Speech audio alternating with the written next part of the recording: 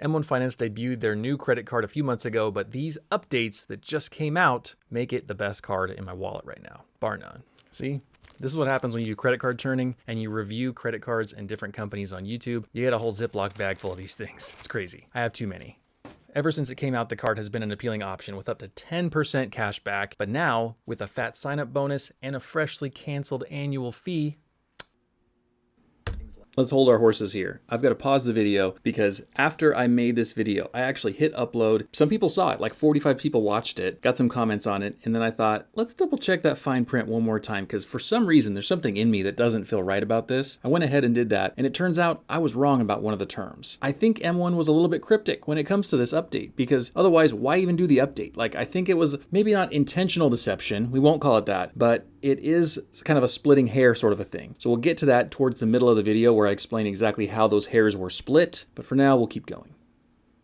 It might just be the right credit card for you too. Let's talk about it. If you're not totally familiar, the M1 Finance credit card is potentially awesome. For one thing, to get the big rewards it promises, which is really the main selling feature, you have to open an M1 Finance account, you have to have an investing account with them and this credit card account, because the reason you get the big rewards is you are invested in the companies on their list. Now, I've made another video about that that's linked in the description so you can find that. You can see all the companies really easily. I made a custom pie for you, so simple. But if you do that and you buy stuff from those companies that you're invested in, you get between 2.5% and 10% cash back. Now, in my experience, in the whole scheme of things, that's not that many companies to actually buy stuff from. And so you're probably not going to be getting 10% cash back. You're probably not even going to be getting 5% cash back. It'll be somewhere between 1 and 3%, something like that. And that's if you shop from those places. For me, the beautiful thing with this is really the psychology behind having that link to an investing account, but more on that in just a minute.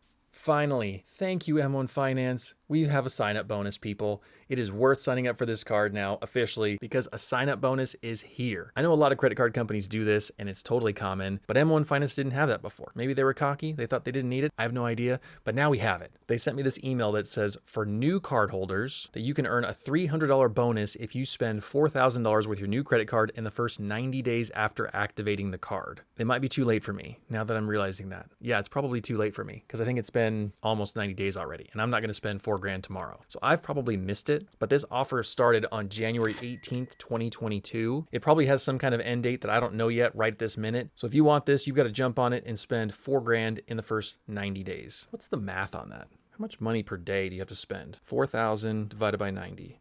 $44 a day. That's not nothing.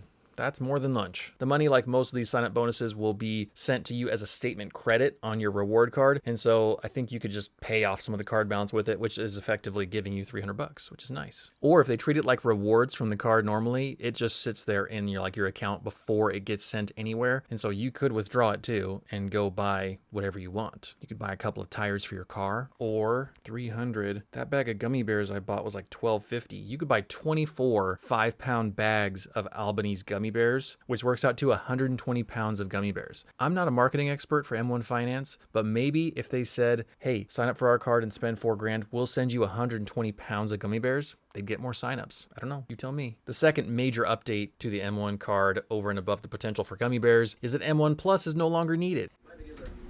Here's where I made my mistake. I announced properly that M1 Finance was canceling the requirement to have M1 Plus, their $125 per year kind of premium membership deal. Great, wonderful. I inferred that that meant that they canceled the annual fee as well. That is not the case. All they really shifted around here was that very first kind of gatekeeper that was M1 Plus. They said, you no longer have to have that to apply. So anybody can apply, but then if you get accepted, you either have to pay us an annual fee or you have to have M1 Plus, one or the other. Now, the offer still stands that your first year of M1 Plus is free, and so you could essentially waive that annual fee for that first year, but then after that, we're all stuck paying the $95 per year. Let's go back to the video.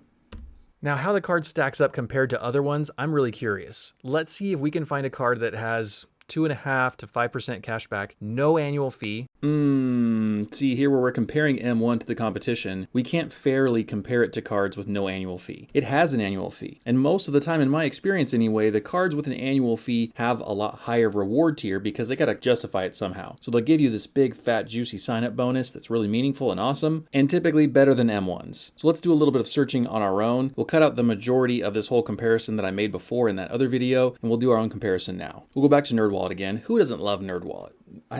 It's a great website. So this Blue Cash Preferred card from American Express has a really similar setup to the M1 Finance card. $0 annual fee, then it's $95 a year, rewards between 1% and 6%, and an intro offer of $300. So it's extremely similar. It's like conspicuous to the point where M1 Finance probably copied them. The rewards being up to 6% are obviously limited in a category. It's only on supermarket purchases, which is kind of interesting of all things. But maybe they did that on purpose because of the worldwide sickness and the fact that we're all still going and shopping at supermarkets. We're not all traveling necessarily. And if I remember right, I actually have that card.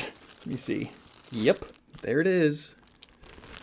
That's the little ditty right there. I remember this card now. It was decent, but the fact that I'm talking about it now reminds me that I've had a $95 fee that's chasing me around. I need to cancel this thing. I need to rip this thing up. Let me know if you want to see that in a future video where we creatively destroy credit cards. What else is on their list of best cards? There's a Capital One Venture Rewards credit card that gets 4.7 out of 5 stars, has a $95 annual fee, 2 to 5 times the points for miles. So you've got to use it for Capital One miles, travel, rental cars, flights, that kind of stuff. 60,000 mile sign up bonus. That's a very similar setup to the Chase Sapphire Preferred card, which is also 60,000 points. And honestly, the rest of these cards on the list are these 0 annual fee cards. Pick the card that's right for you, the one that gives you the best benefits, but I don't like an annual fee. Apparently, I've forgotten about this one. I need to cancel it so I can get rid of that annual fee, but that's just annoying to me. Why do I need to be paying you money to use your card that you're going to make money off of me for anyway? That's silly. So M1 Finance really isn't breaking a bunch of ground here with this card. It's a great option for you if you already have M1, but it's not something that's a clear and far leader in front of everyone else. This card is not Usain Bolt. It's right there in the middle of the pack with everyone else, except in one particular way. And this is what I alluded to earlier on and why I really love this card. Because it has an investing account attached to it and you get potentially big cashback rewards, you have the real chance of that growing into a lot more than using a different card, just getting some cash back and then either taking the cash or getting gift cards to some other store. Those things are just going to enable you to spend the money. The M1 card has the possibility of automatically investing the money. And when we do that, it makes it kind of feel like you can't spend it. I call that healthy trickery. Healthy trickery is where we use things like automatic investing or hiding ice cream from Brendan to get an overall better and healthier outcome compared to the alternative. For example, I bought a 5-pound bag of Albany's gummy bears, and I hid them on our highest pantry shelf, even where someone like me who's 6'5" can barely see them, because if I saw them and they were within reach, I would eat them all. So we have to use healthy trickery to do things like that. If I find the ice cream, I'll eat it all in 3 days. If I find the points on my Amazon Prime Visa card, I'll spend them also in about 3 days. But if the money is invested, it somehow feels off limits. It's like it's a 1920s traveler who just left on a boat to cross the Atlantic.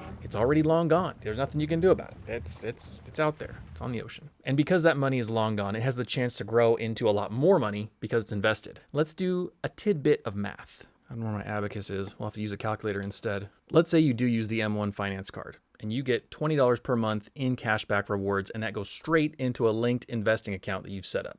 I have to cut off this example here because what I was proceeding to do was explain how if you went ahead and got these rewards from the card, you got the initial sign-up bonus, and you used the card for like 10 years. You got $20 a month back in rewards, which is great. You had it automatically invested into M1, which is great. And then it grew for 10 years or so. Then you would have something like $4,500, which is wonderful because instead of the credit card company getting your money, you get some money overall in the process and it grows because it's invested. Then if you left it there in the account for another 15 years, you'd have over $14,000, which to me is just amazing. Most of us are shelling out money towards these credit card companies, not the other way around. So you could legitimately benefit from using this card. Of course, that would only work if you had the self-discipline to not put a down payment on a new 2023 GR86 or buy crazy amounts of gummy bears or something else like that. But if you could, then it could really benefit you. The problem with that whole premise, now that I've caught this line item that I previously had overlooked or missed or misinterpreted, is that $95 annual fee totally like shish kebabs the whole plan. This plan is ruined now. So I can't do that kind of math. We can't extrapolate out that you'd have 14 grand after 20 years of using the card. It's just a mess now. M1, I'm disappointed. Back to the video one last time. Hey, for fun, I like to have a secret comment section, and today the secret comment word is gummy bear. If you enjoyed the video or you learned something, leave me a comment, or if there's an emoji with a gummy bear, I don't know if there even is, then leave that for me in the comments. I'll keep an eye out for these because they are my favorite comments by far. Now you know about the M1 Finance credit card and its newest offers, but if you're still not totally familiar with everything that M1 Finance has to offer, here's a 2-year review I did after using their service for a long time. I've used every feature that they have and go over all that in this video.